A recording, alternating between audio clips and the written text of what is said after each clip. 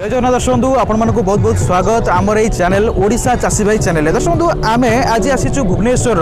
कृषि मेला को जो आपण को आम आज देखा सफल चाषी मान आवार्ड दि जाऊँगी एवं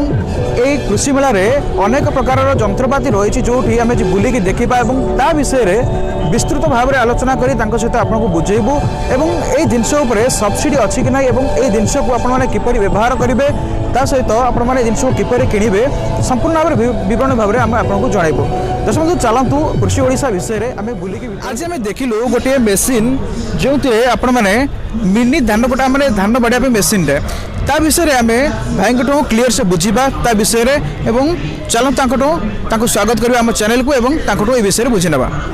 आपन को स्वागत जनाऊँ आम चैनल को। प्रथम आम जाना चाहूँ ये मेसीन ना कौन रही हूँ मिनी थ्रेसर। तो ये कौन कम आम चाषी भाई आम कौन कम करें यहाँ एक्चुअली आपंकर बड़ थ्रेसर जमी अच्छी बदल से मिनी थ्रेसर बड़ थ्रेसरटा आपंकर ट्रैक्टर रे चलुची यहाँ पावर टिलर आ इंजिन विदिन 15 HP रु 20 HP भितर जेकोसी इंजिन लगे आप चल पारे इंजिन जगह भी अच्छी प्लस पावर टिलर भी चल पारे। तो यहाँ आपंकर गोटे घंटा को आउटपुट 5 क्विंटाल दौर धान 5 क्विंटाल धान दौर तापर यहाँ आपणकर मार्जिनाल फार्मर जो मैंने अल्प पैसा इन्वेस्टमेंट करके थ्रेसरटे चाहूँगी तो से यहाँ हूँ बेटर अपॉर्चुनिटी। तापर एटार कॉस्ट भी बेसी किसी ना कॉस्टली हार्डली आपणकर 1,20,000 to 1,30,000 भितर रही। आम चाषी भाई मानक कही रखू यार प्राइस आपने जानले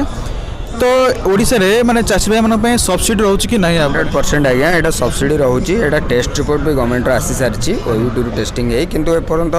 सब्सिडी रे इनक्लूड कराइनी टिल मार्च पर एटा इनक्लूड हबो सब्सिडी आम कहि परबा कि मार्च मास पर आपनकर एटा इनक्लूड हो सब्सिडी ऊपर।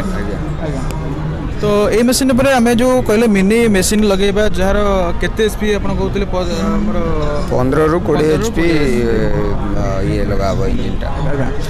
जदि आम चाषी भाई मैंने किणवा को चाहिए तेबे तार माने डिटेल्स एड्रेस किपरि पाइबा आ तार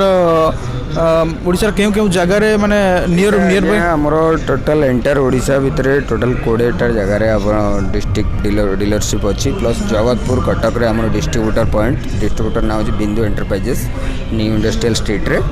तो आपन जोटी भी चाहिए कांटेक्ट करि परिबे वेबसाइट रू भी मारिकी कांटेक्ट करि परिबे nifaindia.com।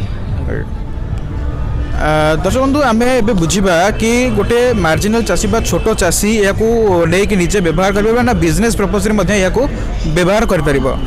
तो चाषी चाहिए बिजनेस पर्पज व्यवहार करेंगे ना आज्ञा डेफिनेटली चाषी जो भाई चाहिए से भाई बिजनेस कर आपणकर व्यवहार कर जदि निजे आप चाष कर अधिक जमी मन करतु 50-20 एकर 30 एकर तो निजर भी यूज हो पार प्लस बिजनेस टाइम भी आउ कार भी यूज कर आराम से मेसीन यूज उपर कहे मैंने कौ पटे आम जिन इनपुट करपटे आपंकर धान इनपुट हम एपटे धान इनपुट हम से पटे बाहर आउटपुट एटा होची आउटपुट